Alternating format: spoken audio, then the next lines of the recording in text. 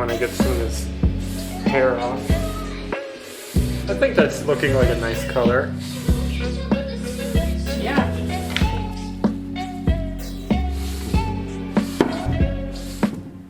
This is what I call the shed in our bus conversion. And it's going to be housing some utilities, but also storage. Part of the utilities is the electrical. We're going to be adding some electrical stuff back here, so I'm going to get a board put in to start that project today. This is the first one. I just made this little corner piece. I'll show you. It's going to go over here. I know we got a lot of stuff in the way, but we're getting there.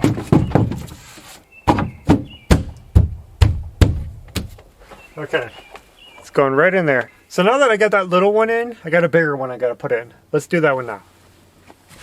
I made this the other night. We basically took a piece of wood, I cut it to shape, routed the edges, put some holes in it, stained it. This is going to be my electrical panel where we're going to have our 120 house power coming in when we are able to plug in. So basically just a spot for the electrical stuff to go. And let me find something.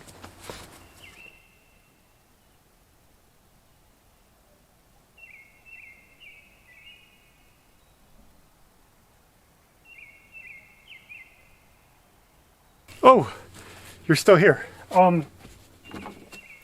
Since this is Unistrut that I built a wall out of, a strut channel, I can actually attach this board right to the wall using the strut nuts and some bolts. So check this out.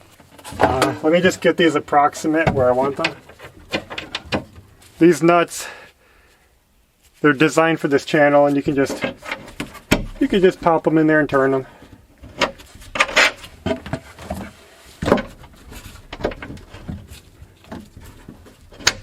They also have spring nuts.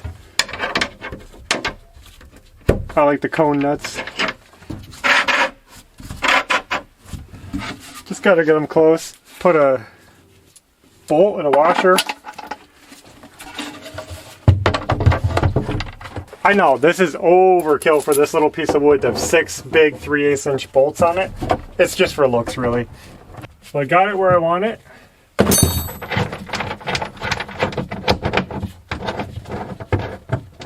Now that's off to a good start.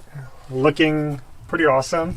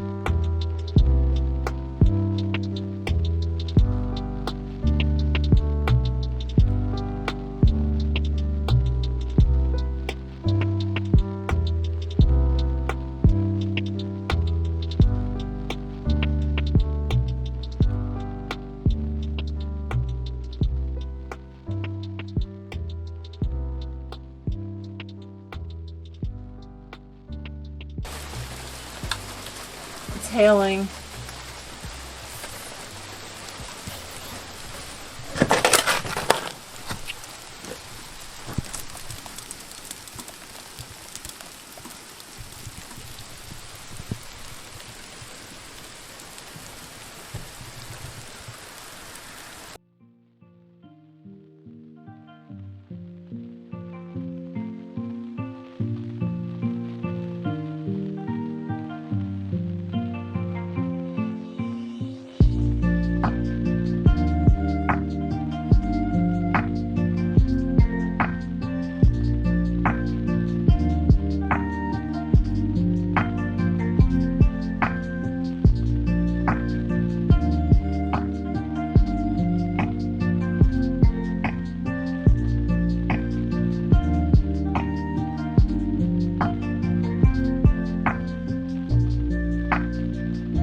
So we got some electrical boxes finally installed. Here's going to be our breaker box, and this is our transfer switch. Basically this switch, it can switch automatically between shore power, which is plugged in to a outside power source, or the inverter power. I installed my inverter down here, and basically I could be running off inverter power, but if we plug into an outlet outside power, it'll automatically switch to run off that power, powering my breakers, which is going to power all the outlets. And we're getting our wires run. So the wires come from those boxes that come up right here. This is them. Secured coming all the way around. The wires come down. I have them going under here just so they're not all right next to my 12-volt lines. And coming up back here, I put an outlet right here.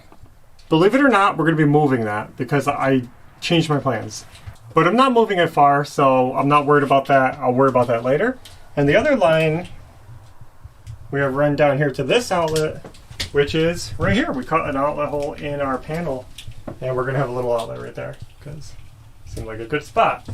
I have it all zip tied down everywhere, secured, and it's ready to put this panel back in, I believe. While this was open, I actually ran another line, just a 12-volt line from the switch back here into here. And you're going to see we're going to be adding something that we've been thinking about and trying to figure out, and I think we got it, so I'm planning ahead. So now that these two wires are run, my 12-volt line is run, everything's tidy and safe and secure, I think I'm ready to close this up. I hope I don't regret this. We've already put it up and taken it down once, so I don't want to do it again. Everything is run for now and the future, so I just want to get this closed up. You ready, Ash? Yeah. This is the moment. A diamond. Oh, just lost that screw. Okay, now I'm getting down to the scary part of the job, and that is hooking up the shore power. Again, shore power is just an outside power source like at a campsite or your home where you can plug the vehicle in. And here's the outlet that I chose, or the plug-in, and this is actually a marine style, but I really liked how it looked. Really sleek, really round. The RV ones were ugly and boxy, and this was so clean. So doing the marine one, it's very high quality, waterproof, and we're going to be putting it right up here under our window. So I got to put a 2.5-inch hole right through our wall. It's a little bit scary, but it has to be done. And after looking at the whole bus, I think that's the best place for it.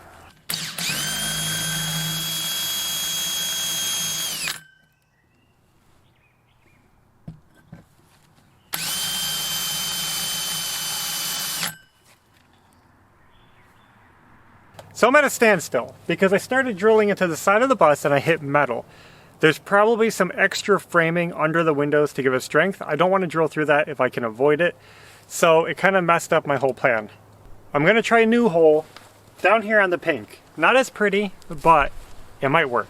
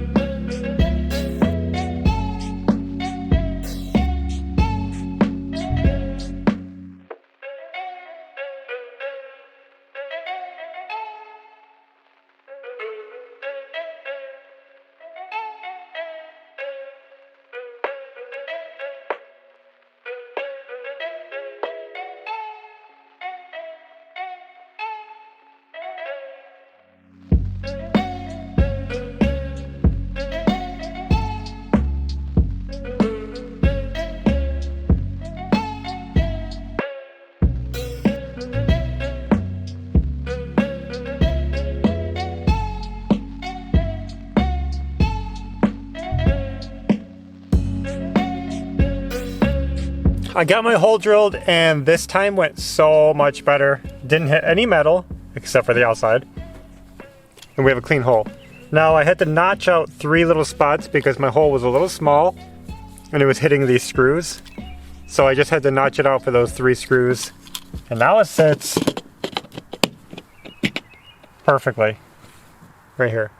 So now that I got the hole drilled, I guess I'll keep working on my wiring. The wire I'm using is actually, I don't know, it's similar to an extension cord, but it's an SJEOOW cable. There's all different cables with different kind of letter meanings, but basically the S is a service cable. The J is junior, can take 300 volts instead of 600 volts. The E is an elastomeric plastic, thermoplastic. It's the type of rubber coating it has. The OO means that it's oil resistant inside and out, and the W is weather resistant. So this cable is oil, water, UV resistant, very flexible, very durable, abrasion resistant, very tough cable. It has stranded wire inside, which is important, I guess, because the vehicle could vibrate, and this handles vibration better than solid wire. I'm just putting my wire restraints into my box. This is actually a small breaker panel by GE. GE makes this little plastic panel.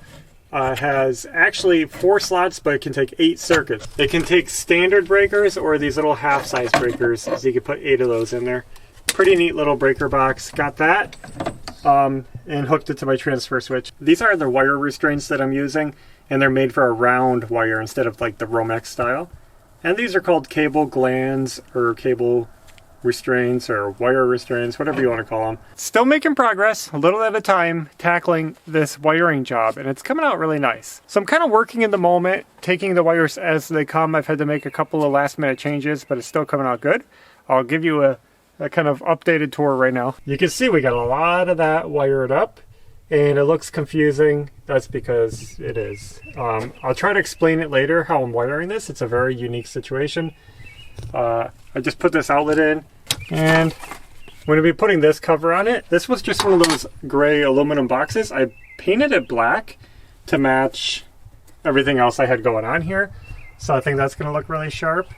We got our power coming in from outside. This turned out really great. So even though I had to put this lower than I wanted, it actually worked out better in the end, because if I had put it up here where I wanted, this would have been too thick. This works a lot better. I know this box is a little bit crowded to be used as an outlet and junction box, but it's okay. That's okay. I'm happy with it. I think this is all pretty cool. I also was working on the inverter here and just got that wired up. So that was pretty basic. And just getting it prepared to put back on the wall and get it wired into the transfer switch. So let's keep working. So I'm totally happy with how this came out. I'm almost done. I just need to pick up a breaker from the store before I can finish closing up this box, but all the wiring is basically done aside from that one circuit breaker. So let me talk about what's going on here a little bit, just so you guys can understand it. We have this power and ground coming in from our wheelchair lift that we took out. So I thought that would be the perfect thing. It goes straight to the battery. It's on a 90 amp breaker. It'd be the perfect thing to run to an inverter. So I bought this inverter, and basically an inverter is a device that will take the 12 volt battery power and convert it into the 120 house power, so you could plug in regular appliances. This is a 1000 watt inverter, which means it can create 1000 watts. Unfortunately, these wires are a little bit undersized. I think it could handle it actually, but the breaker it's on is only 90 amps. This will probably pull 100 amps. So we're never going to use this at max capacity. I got a really good deal on it. I like the model. That's why I bought it. These wires actually wouldn't be hard to upgrade. It's a pretty easy run back to the battery box if I want to upgrade the wire and, you know, make them a little thicker. So what I'm going to be doing though is taking these wires, extending them, and hooking them up in here. This, like I said, will create the 120 volts AC power. It'll come up, it'll go into this box. This is a transfer switch. And what it does is, like I explained earlier, it'll switch automatically between the inverter power or the plug. Now I have it wired up so that it favors the plug power over the inverter power. So as soon as you plug in live power to the bus, it'll switch to that so that we're using that power. That just makes more sense. And then the switch will put the power into my breaker box. Now I have this wired up a little bit uniquely, but I'm giving you the gist of how it's supposed to work. Basically, from here, it'll get divided out into all your circuits, which I have a power coming here to this outlet, going to an outlet in the front of the bus and an outlet under right here. This one actually goes to the single outlet under the countertop, which is going to be reserved for a plug-in cooler or some other odd thing, whatever we do. I just wanted it on its own line because I didn't really know what was going to be in that spot. Yes, this is an extension cord. I actually didn't have enough of this wire left over, so I had to improvise, and it'll work. And this is going to go to a single outlet up by the fuse box in the front of the vehicle. I'm going to be powering a battery charger. So this line will only be live if we're plugged in, because you don't want to run a battery charger off your battery. So it would defeat the purpose. You'd be draining down your battery trying to charge it. And down here, I tried keeping them as tight to this wall as I possibly could, so that if we need to replace or pull out or do anything with this water tank, this is our gray water tank, I would be able to slide it out past the wires without having to undo anything. So I accomplished that, and I'm totally happy with it. So I guess I'm going to work on that battery power to the inverter. So the first thing I got to do is turn off my power. I want to disconnect the battery so I don't short anything out. Now I'm going to be using this huge cutoff switch. This thing can handle 300 plus amps of power. It's way oversized for this. I just went shopping on eBay, saw it, made in the USA, good price. I bought it. I didn't even realize how huge it was going to be. But basically I'm going to use it to extend my power wire coming from the floor. In here, out here with a new wire. Okay, I'm happy with that placement. And I'm just going to put a little bit of... What I did was just put a little dielectric grease on there. Not for what you might think though. This does help protect against corrosion, but these are stainless steel hardware. And stainless steel can seize up and get very stuck to itself if you tighten it down. And it's just the nature of the metal. When you tighten up bolts that are stainless steel, they can seize. And this will help lubricate it so that they don't seize up and get ruined. So now that that's done, I can extend it with some wire. Now just for transparency, I swapped this around. I had my power coming into the wrong bolt, so I reversed it, but same difference. I'm just customizing these covers to go around the wires. Just trying to make sure I got them where I want them.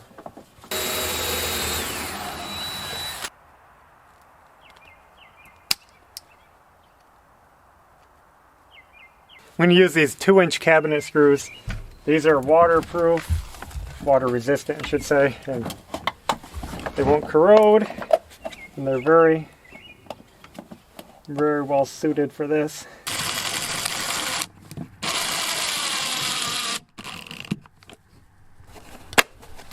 I'm happy with that. Now I could have relocated these someplace else altogether, but I just decided to leave them for now. If I run a thicker wire in the future, I may just relocate it closer to this. But for now, let's just leave it, keep it simple. And to extend the ground wire, which is a bit longer, I just picked up this little stud. I don't know what you call it, but basically I'm just going to put a wire on here. I'm going to put another wire on here and hook them together. This is where we're at on this project. I need to pick up some breakers right here for what I want to do, and then we'll put the cover on. Down here, what I ended up doing was I took one of the screws out of my ground post here, and I put a nylon spacer in there, and then I put the wire clamp here with a bolt new screw through it, so I could hold that on the same thing without a bunch of holes. Just makes it tidy. And you guys pretty much saw the rest. This is actually ready to test out. I turned the power back on. I just got to switch it on here, and then this should be live. I might try that.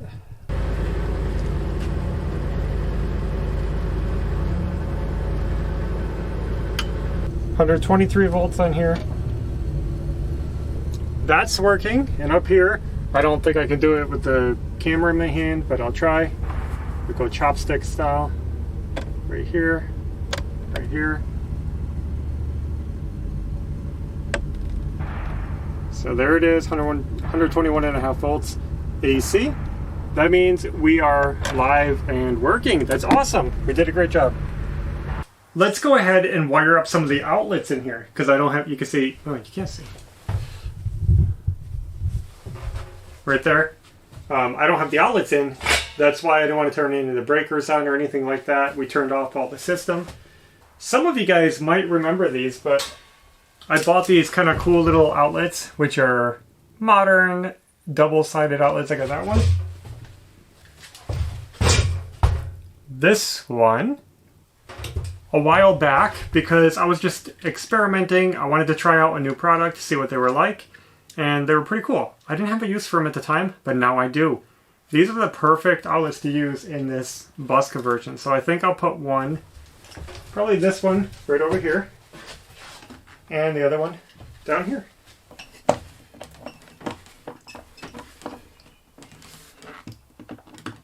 I might have to adjust it once the wall panel is back in, but I think it's straight.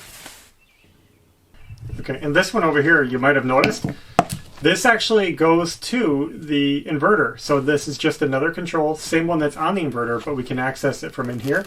So we'll be able to turn it on, off, go through the modes, and control the inverter from this side, which would be pretty cool.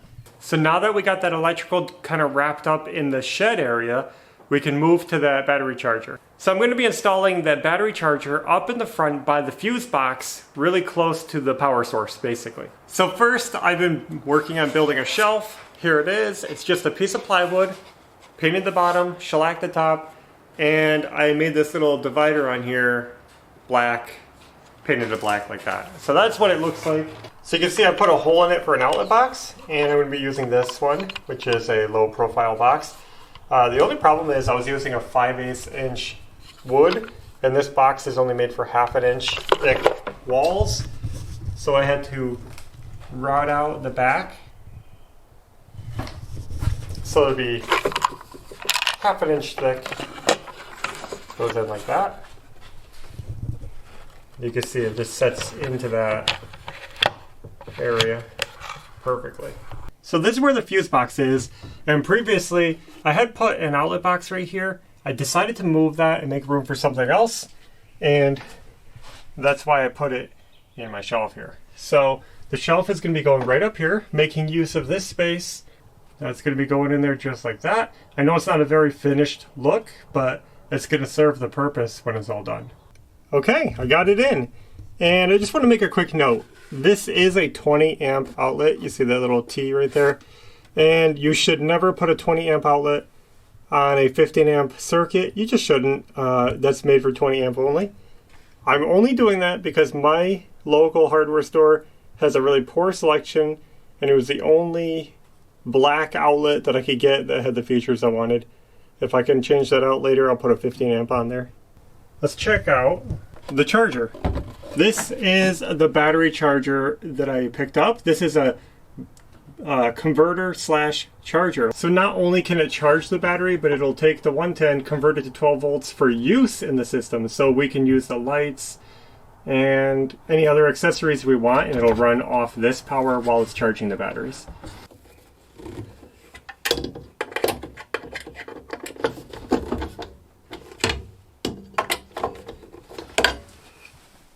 Okay, that's looking good. Plugged in. Now we need the DC power hooked up. Let me show you what we're going to do here. I got the wires in to the battery outputs back here. They go around and they come out the holes right next to the battery inputs to the fuse box. And you'll notice this fuse box has extra posts on the top. I'm going to hook it right to those. Well, so there it is. We got the positive hooked in, the negative hooked in.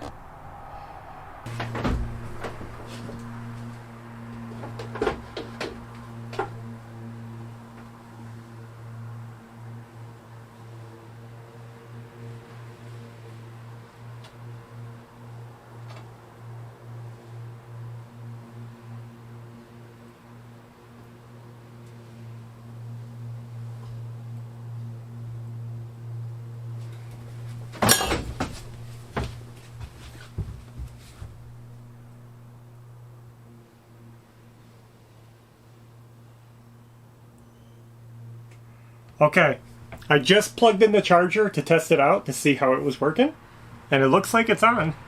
So I just plugged this in on an extension cord just to try it out, and I wanted to see if it was all hooked up right and if it worked. We have the power lines going up here. The only thing I have to do is ground the case. You can see that ground screw up there. I want to pick up a bigger wire to do that. It should be okay to run it just a short time as a test run to see how it's going to work. I hear it humming. I guess this is as good a place as any to close out the video. We basically finished the electrical system. Couple of small jobs to take care of, but it's 95% done. We got our inverter, we got our converter, charger, we got the panel wired up, the transfer switch, everything in its place. I just got to pick up a couple of breakers and some more ground wire, and we'll get the system wrapped up. So happy with how this came out. I had to improvise. We still got to patch that hole. Ashley's mowing over there if you hear that mower going, but we got to patch that little hole I made on the side when I was trying to find a location for that outlet. Oh, what a mess. I'm happy with how that mistake turned out though, because the new location is way better than my original location. I'm going to take a break from the electrical work. I'm going to be moving to something new, so stay tuned for that. And until next time, take care.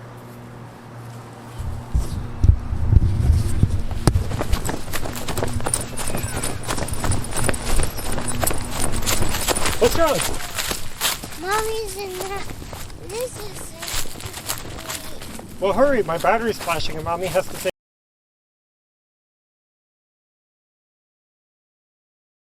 And I just wanted to show you guys that I did pick up my final breaker and got the box finished up. It looks beautiful, covers on. I decided to go with a 30 amp main breaker because we have a 30 amp plug. That's the most I could possibly plug into the vehicle. And I used a double pole breaker, but I used it with a 120 volt circuit, kind of an interesting setup.